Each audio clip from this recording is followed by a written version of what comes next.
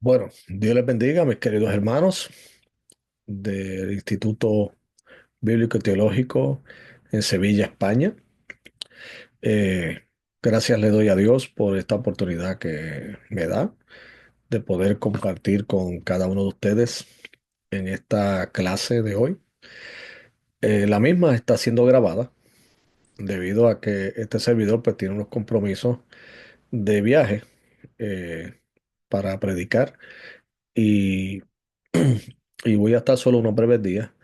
Pero ya para la próxima reunión estaremos nuevamente en vivo compartiendo con ustedes. Así que esta clase, al ser grabada, pues va a seguir el siguiente formato. Yo voy a estar compartiendo los tres tópicos que son concernientes a la clase de hoy. Y una vez que termine cada tópico, voy a dar un tiempo de 15 minutos para que ustedes como grupo puedan trabajar en la pregunta o en la tarea que le voy a presentar en cuanto al material que se ha dado en ese momento. Luego de esos 15 minutos, pues de nuevo regresamos y cubrimos el siguiente tópico y así sucesivamente. La persona que va a estar a cargo, ¿verdad? De la proyección de esta clase, pues sepa que así es como nos vamos a conducir en este día. Así que primeramente, pues voy a orar para dar inicio a esta clase y darle gracias a Dios por esta oportunidad. Oremos. Padre Santo y Padre Eterno, gracias te damos, Señor. Gracias por la bendición que nos das de poder reunirnos, Señor, a través de este medio. Gracias por la tecnología. Y gracias, Señor, porque podemos, mi Dios, crecer juntos en el conocimiento de tu gracia, de tu palabra y de las herramientas que tú has provisto, Señor, para que podamos, Señor, llevar esta palabra de esperanza, este evangelio glorioso de nuestro Señor y Salvador Jesucristo a toda vida. Gracias, Padre. Bendice a los hermanos que han de estar eh, participando de esta clase y bendice toda la obra que está ocurriendo, Señor, allá en Sevilla, en España, Padre. En el nombre de Jesús. Amén, amén, amén. Bien, en esta primer tópico que vamos a estar tocando en esta clase de hoy, vamos a estar hablando acerca de las cosmovisiones deístas. Habíamos hablado en una de las clases que una cosmovisión se define, o sea, en la manera más sencilla, como aquella perspectiva de la vida, aquella forma en que se ve la vida. O sea, las cosmovisiones han de responder a las siguientes preguntas existenciales: ¿qué es la vida? ¿Qué es la muerte? ¿Y, y quién es Dios? ¿Qué es Dios? Y hoy pues vamos a hablar acerca de las diferentes cosmovisiones deístas. Cuando nos referimos a deístas, nos referimos a que hay formas de pensamiento en las cuales tienen un concepto o una creencia acerca de Dios. Entiéndase en diferentes religiones. En el mundo se reconocen cinco principales religiones. Se dividen estas cinco eh, religiones en las monoteístas y las politeístas. Las religiones monoteístas son el judaísmo, el cristianismo y el islam. O sea, se les reconoce como monoteístas porque creen en la existencia de un solo Dios. Mientras que están aquellas religiones politeístas, como lo es el hinduismo y como lo es el budismo, aunque el budismo se ha reconocido más como un sistema filosófico. Sin embargo, en los últimos tiempos se ha llevado también al rango de una religión que está siendo practicada por una gran parte del mundo, especialmente en Asia. Y tiene esa tendencia de lo que es el politeísmo. Así que cada una de estas religiones que yo acabo de mencionar tienen su cosmovisión acerca de Dios. Y eso es lo que vamos a estar compartiendo en esta sección de la clase de hoy. Bien, primero la definición de cosmovisión. Cosmovisión es un grupo de creencias sobre aspectos fundamentales de la vida que influencian cómo un individuo y o sociedad percibe, piensa, conoce y se conduce. Vamos a desmenuzar esta definición. De nuevo, un grupo de creencias. O sea, ¿qué creo? Repito, de la vida. ¿Qué creo acerca de la muerte? ¿Qué creo acerca del trabajo? ¿Qué creo acerca de Dios? ¿Qué creo acerca de la sociedad? O sea, las contestaciones a todas esas preguntas pues nos van dando una idea de cuál es la cosmovisión de ese individuo y o de la sociedad. Y estas cosmovisiones pues van a influenciar cómo ese individuo o esa sociedad se percibe, cómo piensa, cómo conoce, cómo se conduce.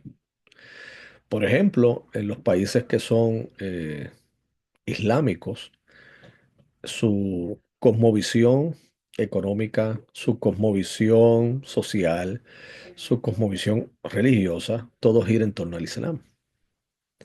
Y para ellos, el Islam, la religión, no es algo que está separado del individuo, sino que es parte esencial de ellos. Lo mismo podemos decir de aquellos que tienen y abrazan el budismo.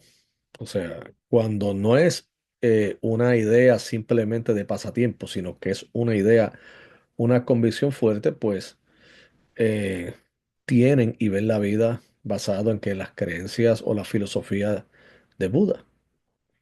Así el hinduismo también tienen sus maneras de ver la vida con conceptos como la reencarnación, como la pluralidad de dioses, etcétera, etcétera, etcétera. Y cómo una sociedad se conduce o un individuo se conduce es en base a qué? A su cosmovisión. Porque repito, en el caso del Islam, no es solamente que creen en Alá como Dios y en Mahoma como su profeta, sino que las enseñanzas de de esta teología de ellos, pues sencillamente, pues afecta todo lo que tiene que ver con su entorno, con su vida, cómo ven la vida. Por eso es muy importante eh, conocer estas cosmovisiones, porque una vez que las conocemos, si nuestra intención es evangelizar, pues nos permiten crear un puente y poder entablar una conversación para presentarle lo que es el Evangelio de nuestro Señor y Salvador Jesucristo. Bien, en cuanto a las cosmovisiones deístas, la primera que vamos a mencionar es el ateísmo. El ateísmo niega la existencia de Dios. El ateísmo por mucho tiempo era un concepto que era dilucidado más bien en la academia, entiéndase las universidades, algunos filósofos, algunos académicos. Pero ya el ateísmo de unos varias décadas acá ha tomado una popularidad. Ya ha ha salido de las paredes de la academia y de la filosofía para entrar al mundo práctico. Y no son pocos los que hoy día se identifican como ateos. Las razones por las cuales se identifican como ateos pues pueden ser tan diversas como, primeramente, una influencia cultural de acuerdo al, al entorno donde se están desarrollando o la política de ese lugar. Por ejemplo, si viene de un lugar donde la filosofía política es marxista, pues tienden más a inclinarse hacia el ateísmo. Eh, en otros casos, puede ser que el ateísmo venga como resultado de decepción con el cristianismo institucionalizado. O sea, el que lamentablemente y existan malos ejemplos y malos testimonios de aquellos que eh, se identifican a sí mismos como cristianos, pues al ver esas contradicciones, muchos se han decepcionado. Se han decepcionado al ver esa inconsistencia de algunos que pregonan ser cristianos. Y al mismo tiempo otros se han decepcionado porque posiblemente han estado en iglesias o comunidades religiosas que han sido abusivas, han sido de un corte muy legalista, han sido de un corte muy severamente estricto que va más allá de lo que es el evangelio. Y, y eso lo lleva a abrazar que la cosmovisión del ateísmo. Otros pueden venir también al ateísmo porque no hayan contestaciones a- en la fe en Dios en cuanto al sufrimiento del ser humano. No encuentran contestaciones acerca de por qué hay injusticia en el mundo. Y si hay un Dios que es justo, que es bueno, ¿por qué no interviene de acuerdo a ellos? Así que hemos identificado varias razones o varios motivos por las cuales algunos pueden abrazar la idea de que Dios no exista. En la cosmovisión ateísta, el mundo, ¿cómo ellos ven el mundo? O entiéndase del el universo. Ellos piensan y sostienen que es increado, o sea, no fue creado por nadie. Y creen que el mundo siempre ha estado, o sea, que la materia es eterna. No ha tenido un principio ni va a tener un final. Y que se expone a diferentes cambios continuamente. De aquí parece que el ateísmo tiene un aliado con la ciencia porque la ciencia postula en algunos sectores esta teoría de la evolución. Y en ese aspecto se apegan a esa teoría para entonces justificar su ateísmo. Aunque la evolución en sí misma, entiendo yo que no es contradictoria con la fe en cuanto a que Dios pudo y creó todas las cosas y luego las mismas van desarrollándose.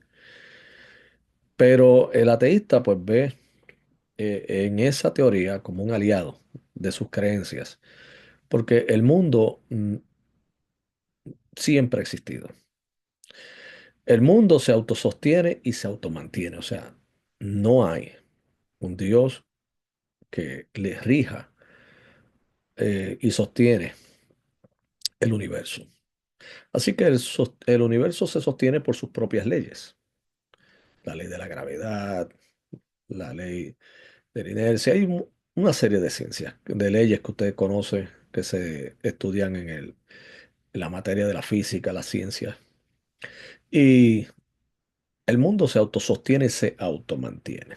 Claro, cabe señalar que esto de leyes naturales son conceptos puestos por el hombre.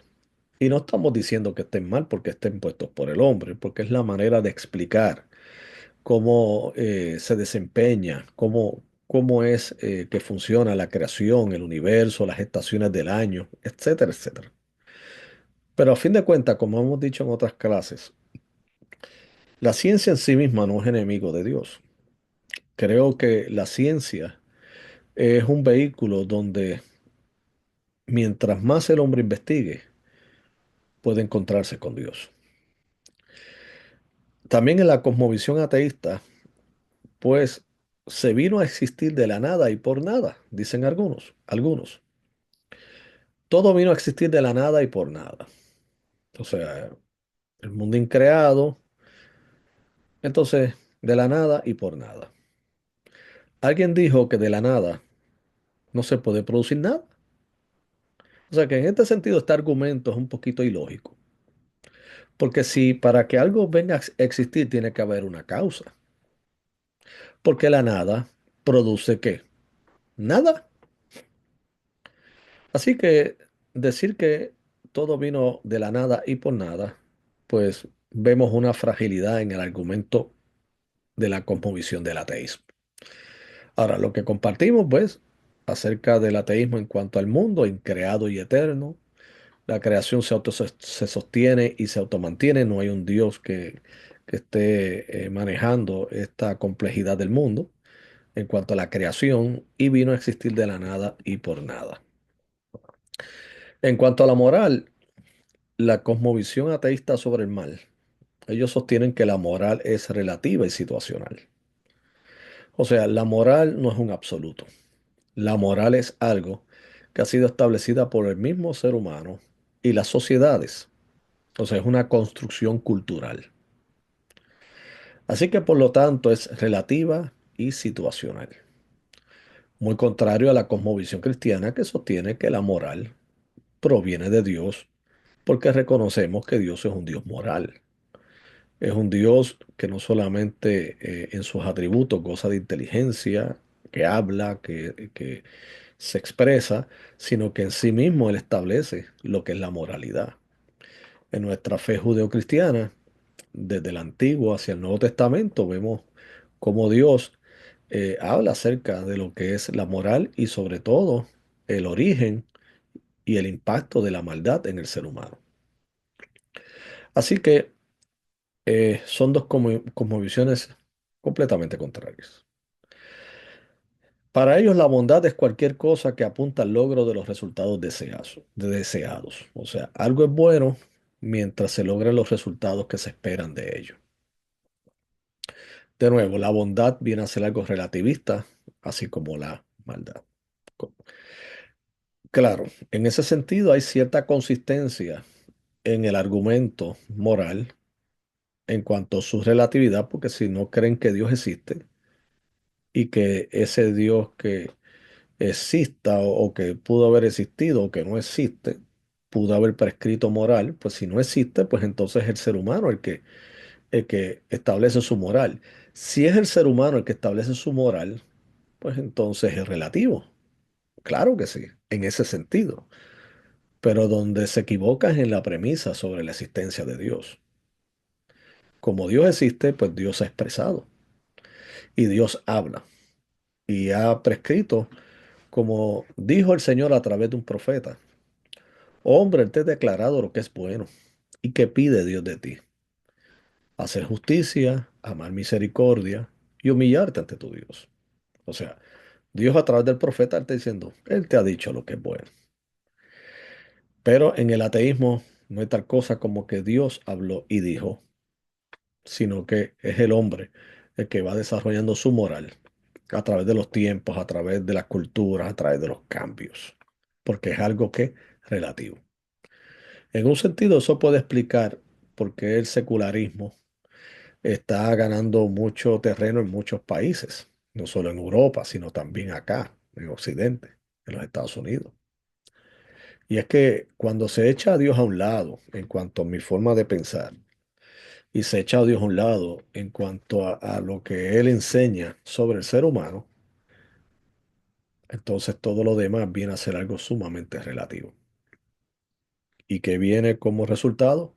Caos, caos. Me viene a la mente el libro de Jueces cuando decía que en Israel no había rey para ese tiempo y cada cual hacía lo que le parecía. Mm, Interesante ese punto para reflexionar y ver cuál ha sido el impacto de esas cosmovisiones en nuestra sociedad contemporánea. Tenemos también la cosmovisión deísta. ¿Qué es el deísmo? El deísmo es una corriente filosófica que sostiene la existencia de Dios, pero que Él no interviene en la creación. O sea, para el deísta, contrario al ateo, cree que Dios existe. Pero lo que ellos no creen es que Dios interviene en la creación, que Dios interviene en la historia del ser humano, mucho menos que ha dejado una escritura como norma de fe y conducta. Así que para ellos Dios es simplemente aquel creador que una vez que hizo todas las cosas, se sienta y está enajenado de lo que ocurre en la humanidad, puesto que él mismo se ha privado de ello. Así que, por lo tanto, en la cosmovisión teísta no hay espacio para lo milagroso, no hay espacio para lo sobrenatural. Dios no va a obrar nada sobrenatural en esta tierra. O sea, creen un Dios que no tiene ni quiere hacer milagros, porque ellos lo ven, un sector de ellos ven los milagros como una violación a las leyes. Entonces, por lo tanto, en su argumento, creen que si Dios hace milagro, por lo tanto, Él está violando las leyes que Él mismo estableció. Claro, habíamos dicho anteriormente que las leyes las pone el hombre en términos de lo que es definir leyes naturales y científicas. Y que lo que para nosotros es sobrenatural, para Dios es natural. O sea, Dios tiene control de la creación y Dios tiene el poder, de acuerdo a nuestra fe y cosmovisión cristiana, de hacer y ejecutar y proceder de acuerdo a su sabiduría y su soberanía. Y que Dios puede hacer milagros. ¿Por qué? Porque la misma esencia de Dios, de lo que es Él, en cuanto a su poder y a su esencia, Él puede hacerlo.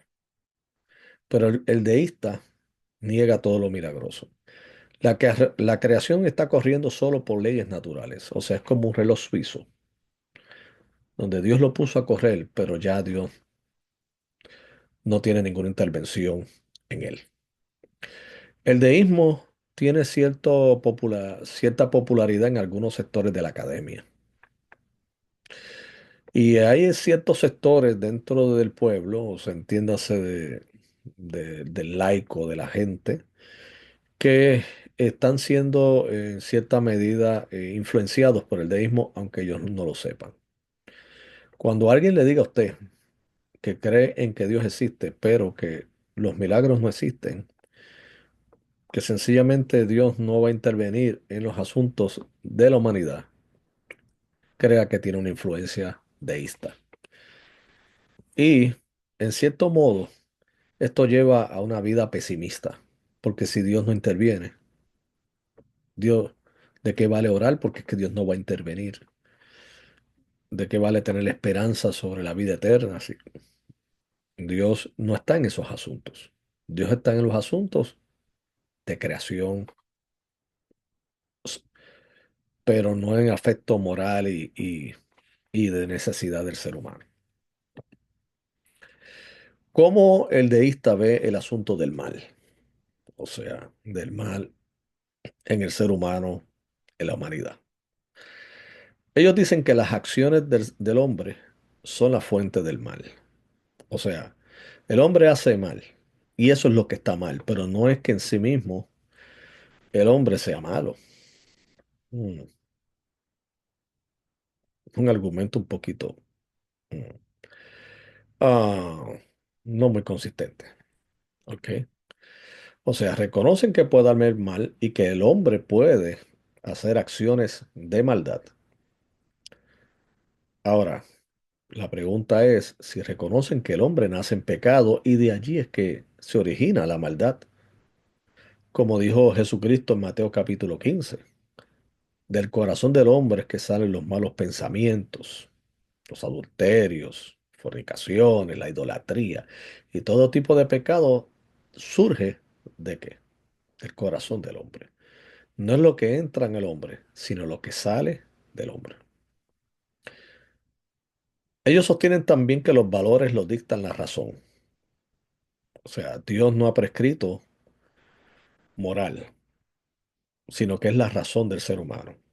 Él llega, el ser humano es autónomo de Dios y Dios es autónomo del hombre, o sea, no hay relación. Por lo tanto, los valores los dictan la razón humana. Y por lo tanto, pues entonces unido al ateísmo hay una relatividad. Todo es relativo. No hay verdades absolutas.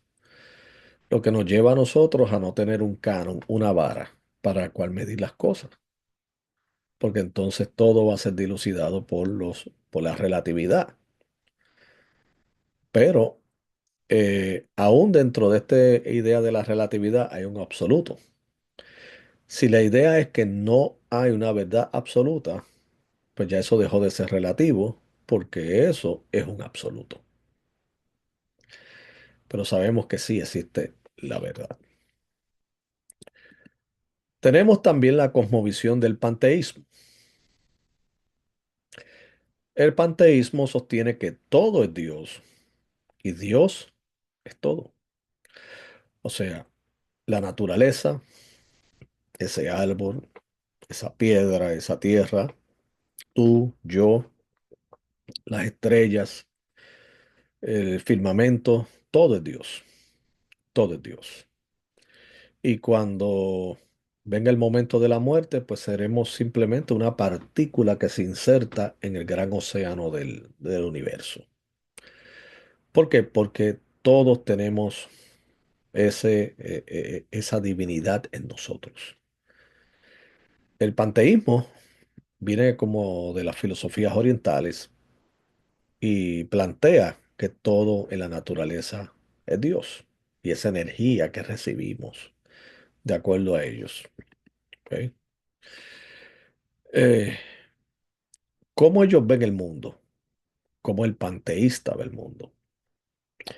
Y cabe señalar que el panteísmo tuvo cierta popularidad cuando lo llamado la nueva era, que era el rescate, esa sincretismo, esa unión de diferentes filosofías y creencias acerca de, de la religión, se unieron muchos, ¿verdad? Si quieren conocer más sobre la nueva era, pueden buscar en internet el New Age.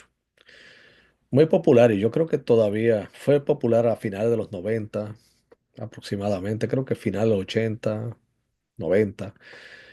Luego creo que no tuvo tanta popularidad, pero me da la impresión que todavía anda por allí, ¿no? Y el panteísmo dice que el universo no fue creado por Dios, pero emana de él. ¿Por qué? Porque Dios siempre ha existido y todo es Dios. O sea, entendamos que para ellos nosotros somos parte de esa divinidad y la naturaleza también. Inclusive algunos llegan a sostener que el mundo no existe, sino que es una ilusión. Ahí esto es más complejo.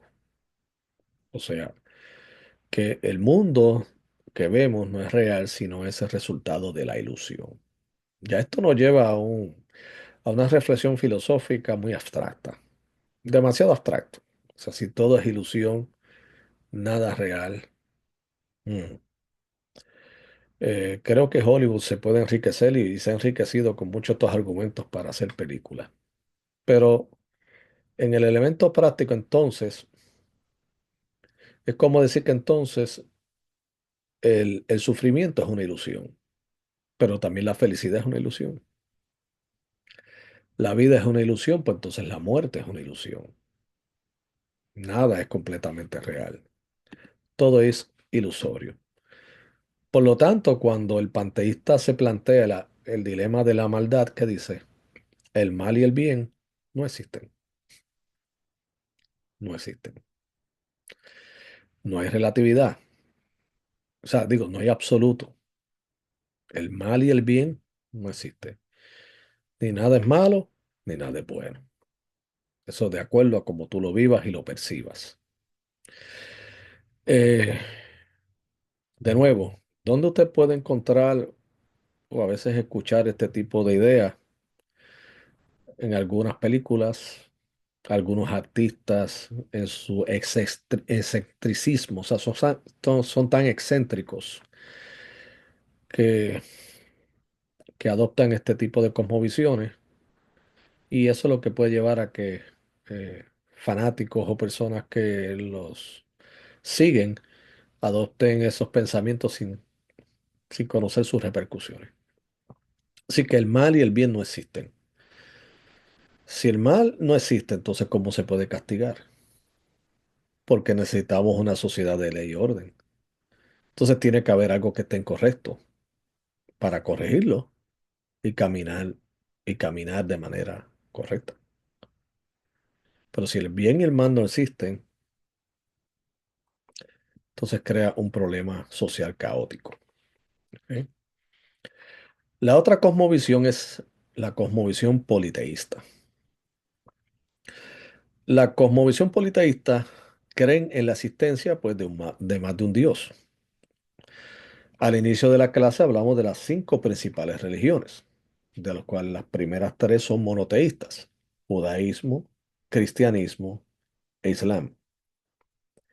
Luego tenemos que las politeístas, el hinduismo es politeísta y el budismo creen en la existencia de más de un Dios. Y créame que esta creencia Hoy día, en este sector del hinduismo, son millones y millones de personas que lo creen. Y lo creen de corazón.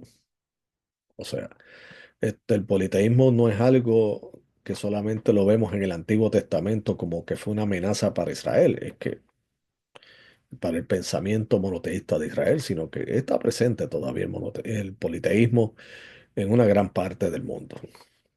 Eh, ¿Qué piensa el politeísmo sobre el mal? El politeísta sostiene que el mal es necesario porque viene como resultado de la lucha de poder de los dioses. O sea, en las culturas antiguas, el politeísmo observado era uno donde los dioses tenían más semejanza con el hombre, eran no tanto trascendentes, eran más humanos. En muchas de las historias y mitos se ven a los dioses como teniendo celos, como siendo inseguros, como molestos con otros dioses, inclusive algunos dioses teniendo relaciones con mujeres humanas, y en conflicto con otros dioses. Así que ellos ven en el politeísmo sobre el mal que el mal viene a la humanidad como resultado de que los dioses están en conflicto. Así que eso trae consigo pues un problema de aclaración en cuanto a lo que es el mal en la humanidad. Porque si aquellos dioses a los cuales yo le debo reverencia no están de acuerdo entre ellos y hasta tienen conflictos entre ellos, entonces, ¿cómo la sociedad o el mundo puede caminar en una estabilidad si están gobernados por unos seres que en sí mismos ellos no están gozando de unidad y armonía? En el Antiguo Testamento, pues, te ve todo el politeísmo, los filisteos, y los pueblos cananeos y todos estos eran politeístas. Y en la cultura griega, en la mitología griega, pues sabemos porque se han hecho varias representaciones en películas de los diferentes dioses como Zeus, como Poseidón, el del mar, el de Hades o Hades, que es del underworld, o sea, bajo tierra. Y, y ellos pues son dioses que pueden estar en oposición. Pero ¿cómo entonces se ve la vida a través de esa cosmovisión politeísta? Pues mira, el mal, el bien, como es la moral, tiene sus debilidades. Bien, esta tarea, esto que tengo en pantalla, eh, lo vamos a cambiar para efectos de la dinámica que tenemos en este curso. Esta tarea está diseñada para aquellos que están cursando licenciatura en alguna rama de teología o estudios bíblicos. Eh, pero aquí vamos a usar el principio de la tarea y lo que le voy a pedir en estos 15 minutos de pausa donde usted tiene la oportunidad de levantarse, estirarse, tomar un café, pero también que puedan discutir para modo de aprovechamiento de lo que hemos compartido. Discutan eh, cómo la cosmovisión cristiana ve la existencia de Dios. O sea, de acuerdo a nuestra cosmovisión como cristianos, cómo nosotros contestamos a las diferentes preguntas. Por ejemplo, a partir de una cosmovisión cristiana, ¿qué es la vida?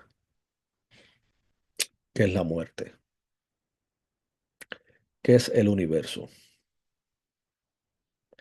¿Qué es el bien? ¿Qué es el mal? ¿Eh? Trabaja en ello. Trabaja en ello para efectos de discusión y de aprovechamiento del material que hemos compartido. Así que ya terminamos esta primera parte. Tomen este receso de 15 minutos y luego, pues, de estos 15 minutos, pueden entonces poner en pantalla la segunda parte de la clase de hoy. Bendiciones.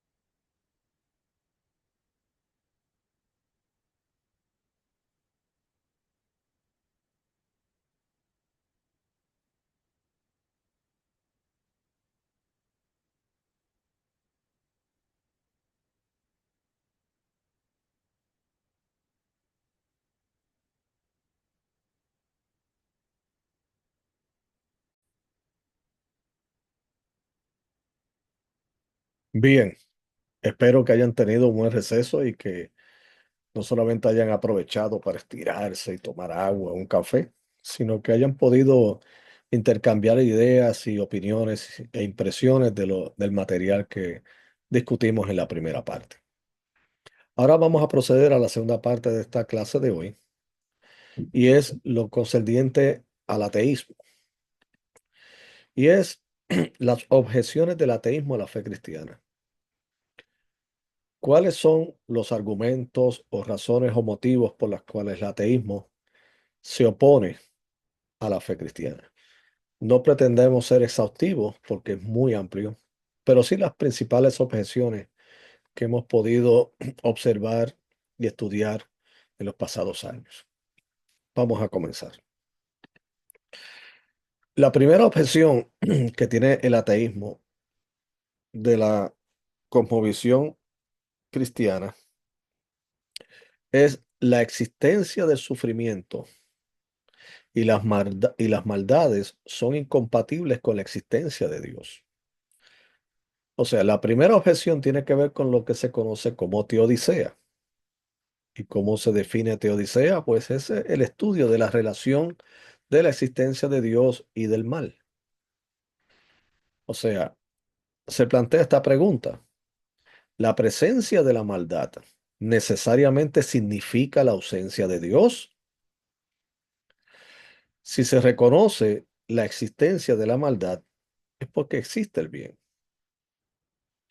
Entonces, la causa del sufrimiento es la maldad.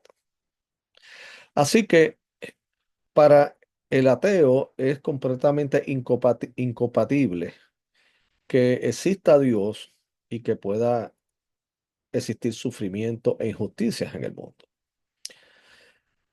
Claro que es incompatible porque para ellos, primeramente, lo que nos explica el origen del mal y del sufrimiento del hombre, ellos no lo quieren creer. Y es las Sagradas Escrituras. Las Sagradas Escrituras, desde Génesis a Apocalipsis, nos explican, porque muchos reconocen en la Escritura la gran historia de redención.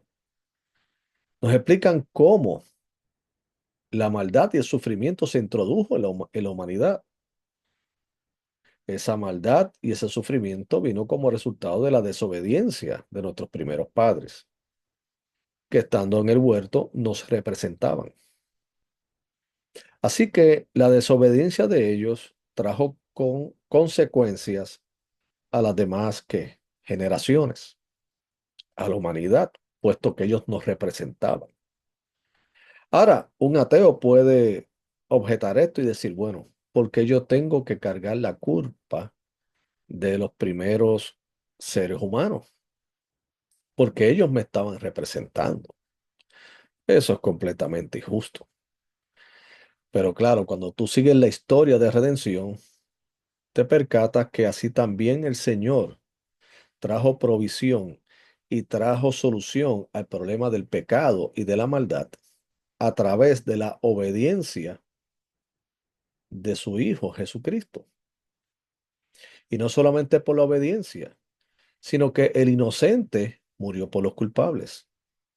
El santo murió por los pecadores. Así que, ¿qué culpa tenía Jesús de mi maldad? Él no tenía ninguna. Sin embargo, de acuerdo a las Escrituras, Él cargó en Él el pecado de todos nosotros. Siendo inocente, fue declarado culpable como un criminal. Tuvo una muerte muy vergonzosa y muy cruel, y lo hizo por nosotros. Pero resucitó al tercer día, venciendo la muerte y dándonos esperanza, y ascendió a los cielos y vendrá por segunda vez. Pero entonces, cuando el argumento es, ¿qué culpa tengo yo de que Adán y Eva fallaron? Entonces deberíamos también responderle, ¿qué culpa tuvo Jesús de nuestras fallas?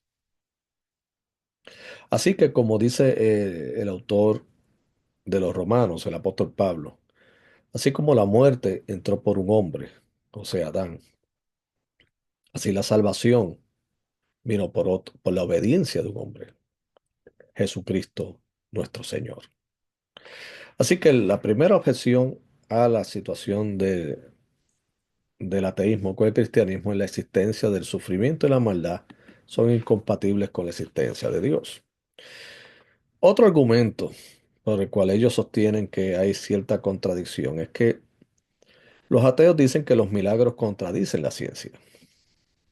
O sea, no puede haber milagros porque la ciencia se basa en leyes. Una vez que alguien está muerto, no puede volver a vivir. O sea, la ley de gravedad sostiene que todo se atrae hacia el centro. Así que nada puede flotar en este plano. En el espacio sí, por aquí no. El que alguien pudiese caminar sobre las aguas como Jesucristo lo hizo, eso no puede ser posible.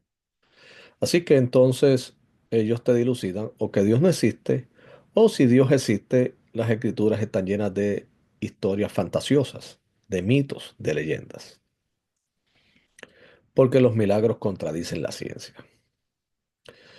Primero, lo que ellos pierden de perspectiva es lo que se conoce como la trascendencia de Dios.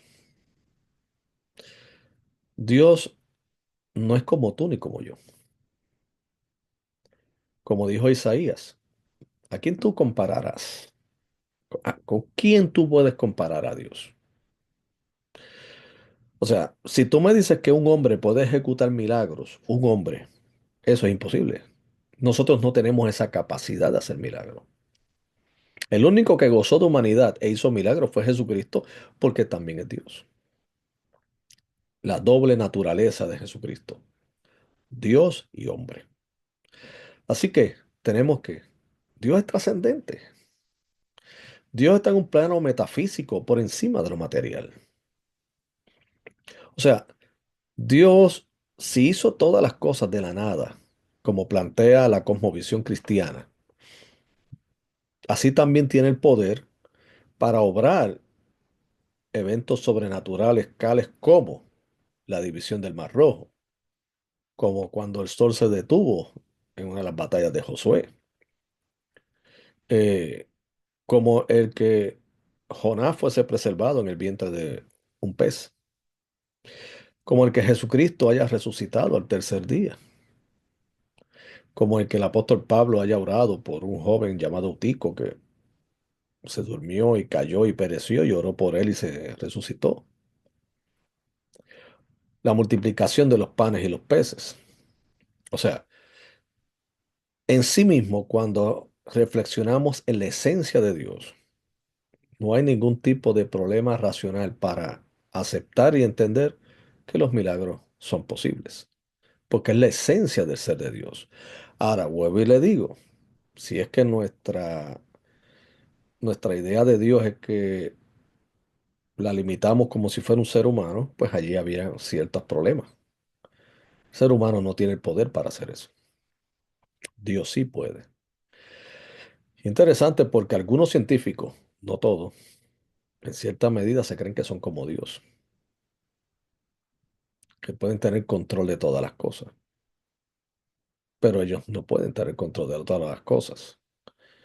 Y hoy día, de la misma manera, ¿verdad? Que se escuchan voces como que dentro de la ciencia que no son simpáticas con la fe cristiana, también se oyen voces que dentro de su ejercicio vocacional de la medicina o de la investigación, han visto que hay ciertos eventos y ciertos casos que no se pueden explicar de otra cosa que no sean de milagros. Así que ellos dicen los milagros contradicen la ciencia. Otro argumento que utilizan es que la evolución explica el origen de la vida. Mm, La teoría de la evolución. La evolución es precisamente una teoría. Una teoría que puede ser refutada en cualquier momento. La evolución es un intento de explicar y que han encontrado de acuerdo a ellos algunas evidencias o algunos hallazgos que pueden llevar a eso. Pero la evolución es una teoría, no tiene ninguna base todavía. Todavía tiene muchas áreas débiles, reconocido por los científicos. Tan es así que hay un sector de la ciencia que reconoce la existencia de Dios y lo llevan con el término del diseño inteligente. Ellos sostienen que tiene que haber un diseñador inteligente en todas las cosas. Y hay un sector de la ciencia que le llaman eso el diseño inteligente. ¿Por qué? Porque cuando analizan la complejidad de la genética, de los cromosomas, de la creación, de toda esta complejidad del ser humano y del mundo, dicen que el origen de la vida tiene que haber un diseño inteligente. Es como una manera tímida de reconocer al Dios que nosotros creemos por las escrituras. ¿Ok? Así que una de esas objeciones es la evolución que explica, según ellos, el origen de la vida. Pero de nuevo, repito, es solo una teoría. Otra objeción es que en las escrituras, especialmente en el Antiguo Testamento, muestra un Dios monstruoso.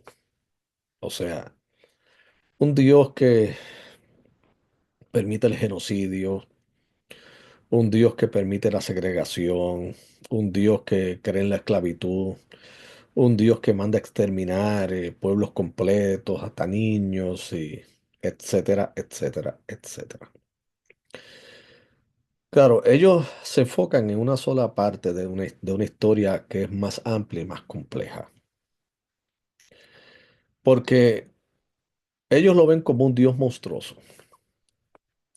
Pero en la Escritura lo que muestran es el juicio de Dios a las naciones impías. Si hay algo que tanto creyentes como no creyentes creen y aspiran es que haya justicia en la tierra. Todos, todos. Aún una persona que no sea creyente, cuando ve actos de injusticia, quiere justicia. Si alguien les roba, quiere justicia. Si alguien los despide injustamente de sus labores, pues demandan. ¿Por qué? Porque entienden que ha habido una injusticia y que por lo tanto esa injusticia se tiene que pagar. ¿Y cómo se paga en una demanda? Pues el patrono tiene que desembolsar una cantidad de dinero, no solamente de lo que le debe por causa de su trabajo, sino también por los malos ratos y por todo el sufrimiento que le trajo eso. Tiene que restituir. Entonces lo vemos eso como justicia. Pero ¿de dónde sale el concepto de justicia? Dios. Dios es un Dios justo. Y cuando lo vemos en la historia del Antiguo Testamento, recordemos que estamos lidiando con una humanidad caída. A una humanidad que se le está hablando que la manera de tener paz es volviendo a su Dios y poder vivir en armonía siguiendo sus mandatos. No porque sus mandatos son caprichosos, sino porque aportan a la sana convivencia del ser humano.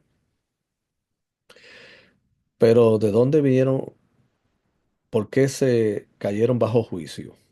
Vamos a ver también el escenario del Antiguo Testamento como vamos a ver el escenario de hoy. Muchas naciones fueron sangrientas, fueron sanguinarias. Fueron, hubo muchos reyes que cometieron muchos agravios. Muchas naciones, no solo contra Israel, porque le voy a decir algo. También Israel cayó en la disciplina de Dios en varios momentos. Cuando Israel lo hacía mal y Dios se lo hacía saber a través de sus profetas. Pero cuando naciones como Nínive, que Nínive a través del profeta Jonás fue perdonado, pero a través del profeta Nahum fue castigado. Babilonia, Egipto. O sea, lo que se resalta aquí es la justicia de Dios. Todos queremos justicia y Dios es un Dios justo. Esta objeción lo que muestra es que se quiere juzgar a Dios y justificar las acciones de los hombres. Ahora, si fuera que entonces la Biblia nos presenta al ser humano cometiendo justicias y Dios no haciendo nada en términos de castigo, entonces se diría, oye, pero este Dios pasa por alto todo lo malo. ¿Por qué no castiga a esas personas? ¿Por qué no les hace pasar por unas experiencias severas para que entiendan la gravedad de lo que hacen? Entonces, cuando lo hace, resulta que él es monstruoso. O sea, aquí lo que se resalta en, especialmente la historia veterotestamentaria, entiéndase el Antiguo Testamento, es un Dios justo,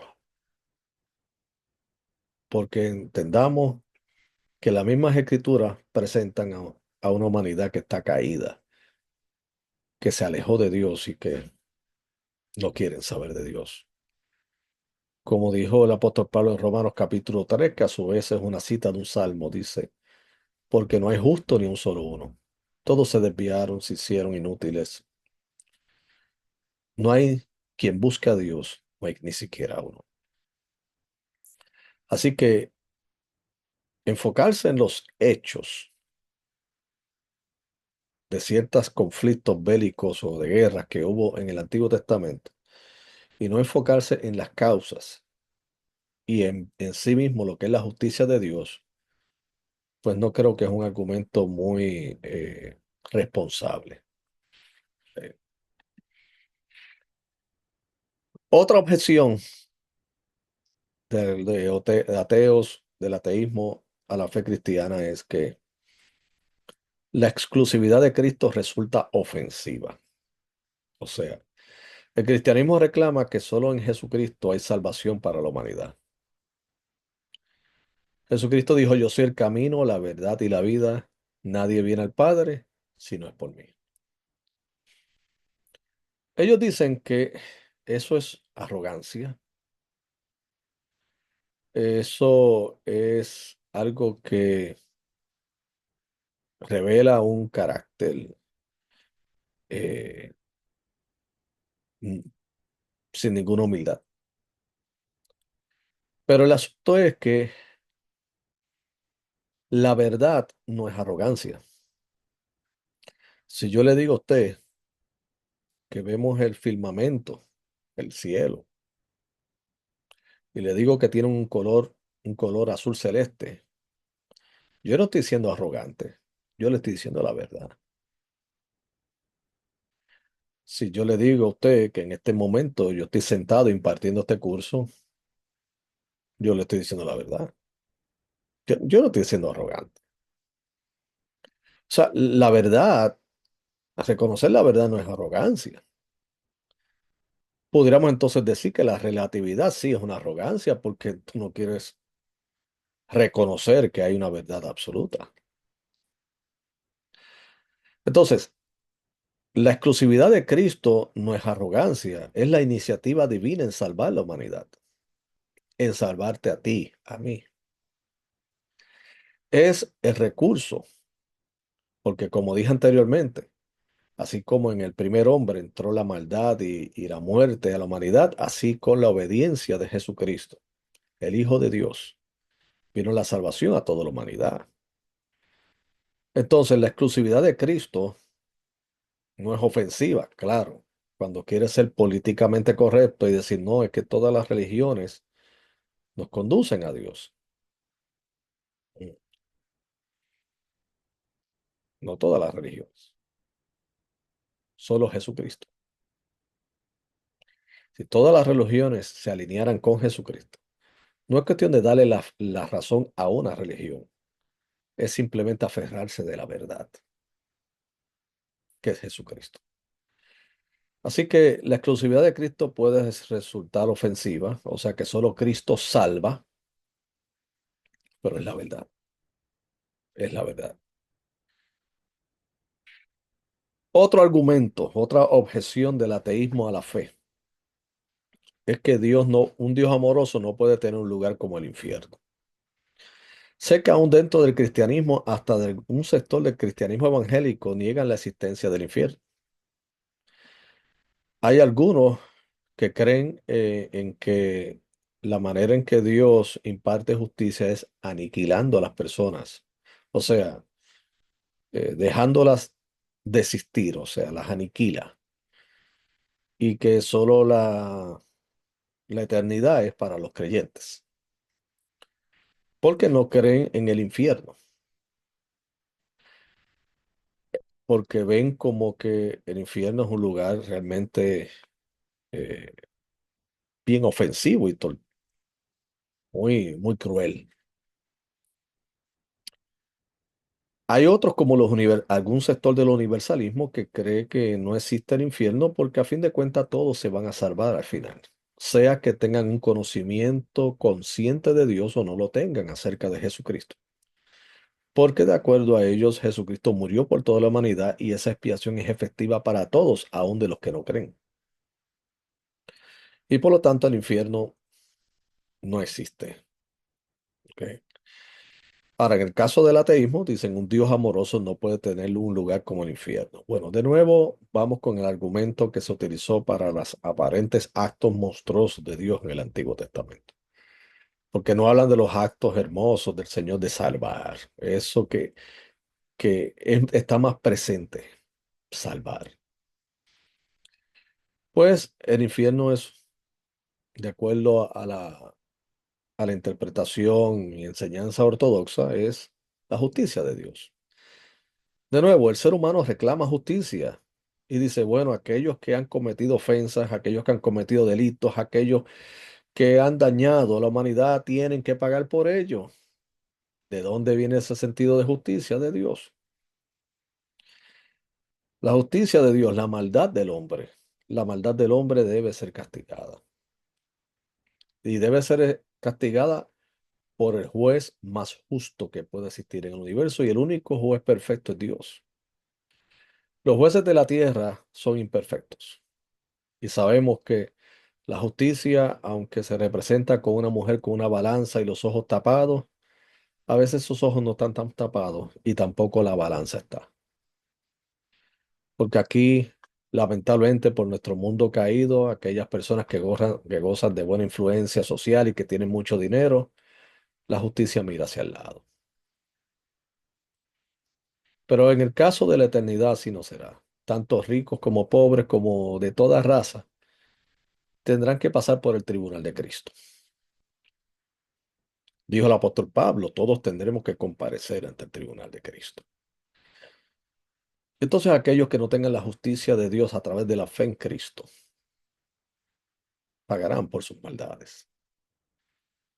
Así que el infierno no es incompatible con un Dios amoroso, como de una manera de decir que una cárcel es incompatible con una sociedad que ama a los individuos que la componen. Lamentablemente las instituciones penitenciarias existen porque hay maldad en el ser humano y ellos necesitan pagar por lo que han hecho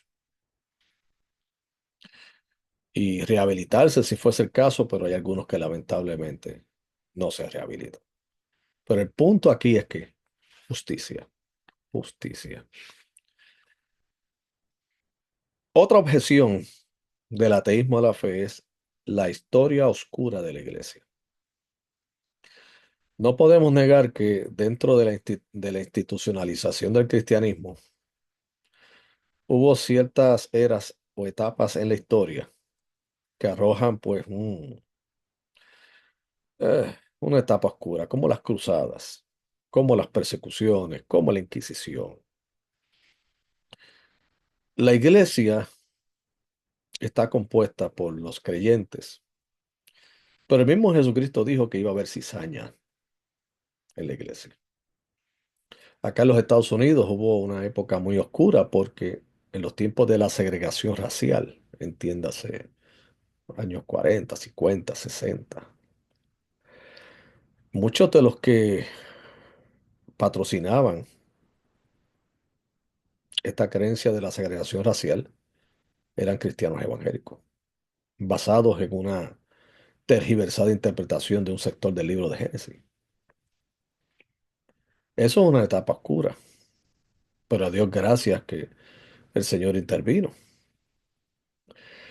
Pero el que haya habido ciertos momentos oscuros o ciertos personajes que no hayan estado a la altura del Evangelio, lo único que te hace ver es la necesidad del Evangelio en la humanidad.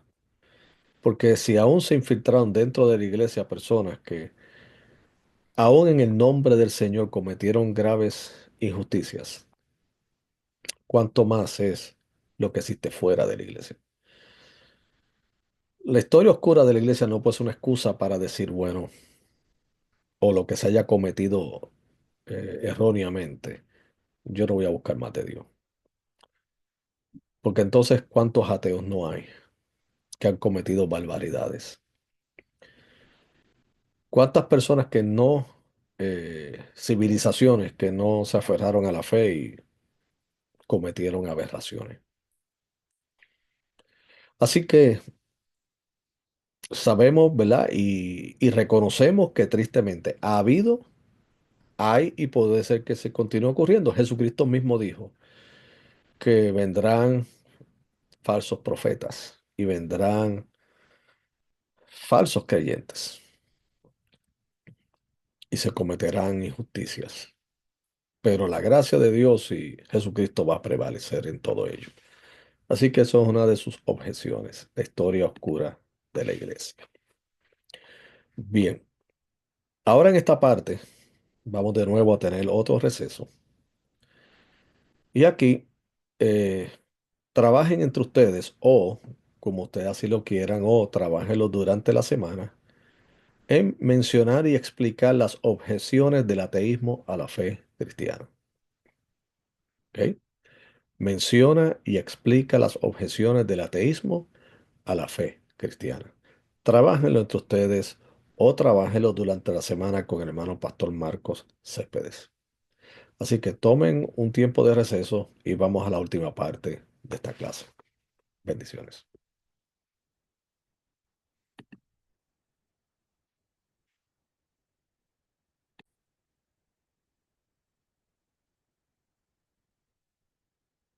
Bien, queridos hermanos, aquí estamos en la última parte de esta clase de hoy y vamos a hablar acerca de el puente que llamamos el puente entre el cristianismo y otras religiones. Así que esta parte va a ser más breve y así culminamos la clase de hoy. Puentes entre el cristianismo y otras religiones. Como hemos compartido en la clase de hoy, están las cosmovisiones. est- hablamos acerca de las objeciones a la fe cristiana y ahora pues vamos a hablar del puente entre el cristianismo y otras religiones. ¿Cómo nosotros podemos acercarnos a aquellas otras cosmovisiones, a aquellos seguidores de otras religiones, con el fin de entablar una conversación y que esa conversación nos permita presentar el Evangelio y sea creído? Así que vamos a hablar de dos argumentos principales en cuanto al puente. ¿Qué es un puente? Obviamente es un puente, es algo que nos acerca de una distancia a otra, nos conecta. Y hay dos principios generales. que nos ayudan a entablar esta conversación de el, el cristiano con otras religiones. Porque tenemos que buscar primero partir de lo que es común. El apóstol Pablo, cuando dirigió su elocuente discurso a los atenienses, según Hechos capítulo 17, usted puede apreciar que él partió de lo común y de la familiaridad que él tenía con esta sociedad. Él captó su atención cuando habló acerca del Dios no conocido, que fue una inscripción que él veía en la ciudad. Y con ello partió ¿para qué? Para comenzar a compartir el Evangelio. Ganó su atención por primero por lo que vio en la ciudad y segundo por el principio de la creencia de Dios. O sea, ellos no, ellos creen un Dios que no es conocido. Él va a presentarle ese Dios, pero que es conocido. ¿Y quién es? Así que él creó el puente basado en lo que coincidían. Así que un principio general es entender que algo que coincide entre nosotros los cristianos y otras religiones es la importancia de la vida espiritual. O sea islámico, sea hinduista, sea judío o sea budista, le interesa la vida espiritual, creen en la vida espiritual. Y eso es un puente. Primero quiero aclarar que no estoy diciendo que estamos reconociendo que ellos están correctos en sus cosmovisiones. Lo que estoy aquí aportando es que para iniciar esa conversación vamos a irnos con las cosas que las cuales coincidimos. O sea, yo como cristiano, usted como cristiano, nosotros le damos un gran valor a la vida espiritual. Y estas religiones, aunque equivocadas y desacertadas en sus conclusiones, sin embargo, lo que está detrás de todo esto es un interés por lo espiritual. Y eso es un punto de partida bien, pero que muy importante. ¿Ok? O sea, entienden que el ser humano trasciende lo material. Entiende que el ser humano necesita ser regido por una divinidad. Entienden que el ser humano necesita eh, invertir en su tiempo en la adoración y en conocer a esa divinidad. Y que reconocen que sus familiares y su entorno deben ser también formados y criados en esa divinidad para tener buenos principios y valores. Entonces tenemos ese principio general, es un puente que nos ayuda. Este servidor ha tenido la oportunidad de conversar con personas de otras eh, cosmovisiones, de otras religiones. De momento, pues, ha sucedido que al enterarse que soy un pastor evangélico, créanme que se limitan en ampliar el tema una vez que saben que soy pastor o que soy profesor de seminario, de teología. Y eso pues les crea cierta incomodidad. Pero cuando no lo saben, sino como una persona, como un laico o como una persona que tiene una fe, y entonces comenzamos a dialogar sobre el punto y partimos de la premisa de la vida espiritual, se da una conversación muy positiva y muy buena, que en mi caso le hemos podido llevar hasta la cruz. O sea, porque es un principio bien importante. El segundo principio general, y esto puede ser motivo de sorpresa para muchos, es que las principales religiones tienen un respeto hacia la persona de Jesús. No estoy diciendo que lo adoran, no estoy diciendo que creen en Él como el Señor y Salvador de sus vidas, que es lo más importante. Pero sí, a diferencia de que algunos creen que posiblemente un islámico es enemigo de Jesucristo, en términos de que lo aborrece, no es cierto. Ellos son muy, pero que muy apasionados con lo que creen en el Islam Ellos sostienen que Jesucristo es uno de los profetas de esa línea profética que culminó con Mahoma, pero el islámico promedio tiene un respeto hacia la persona de Jesús, tiene un respeto hacia sus enseñanzas y su influencia. Repito, esto no se traduce en conversión, pero ese respeto sí nos permite entablar una conversación. De hecho, hay algunos judíos que tienen respeto hacia Jesús. No lo reconocen como Mesías, no lo reconocen como el Salvador del mundo, pero sí reconocen que era un rabí como en los tiempos del Nuevo Testamento. Muchos líderes judíos veían en Jesucristo un rabí, un maestro, pero lamentablemente no lo llevó hasta el punto de creer que Jesucristo era el Señor. Pero el que haya ese respeto hacia la persona de Jesús es un puente. En el hinduismo, para sorpresa de muchos, muchos hinduistas que tienen un respeto hacia Jesús. Claro, su problema es que ellos le incluyen dentro de la mm, multicidad o la gran multitud de dioses que ellos creen. Entonces Jesucristo se diluye entre ellos. Pero el punto es que tienen respeto hacia Jesús. O sea, en nosotros pensar que ellos no tienen respeto hacia la persona de Jesús, no es correcto. Es una generalización muy irresponsable. Ahora, obviamente, va a llegar el punto neurálgico cuando estamos hablando acerca de Jesús, desde lo general hasta lo específico. Y en lo específico es que nos distanciamos, pero el punto de que tienen un respeto hacia la persona de Jesús nos permite entablar esa conversación para llevarlos, así como lo hizo el apóstol Pablo con los atenienses, con los epicúreos y los estoicos, a que Jesucristo es el Señor, así como lo hizo en las sinagogas y en otros lugares. Respeto hacia la persona de Jesús.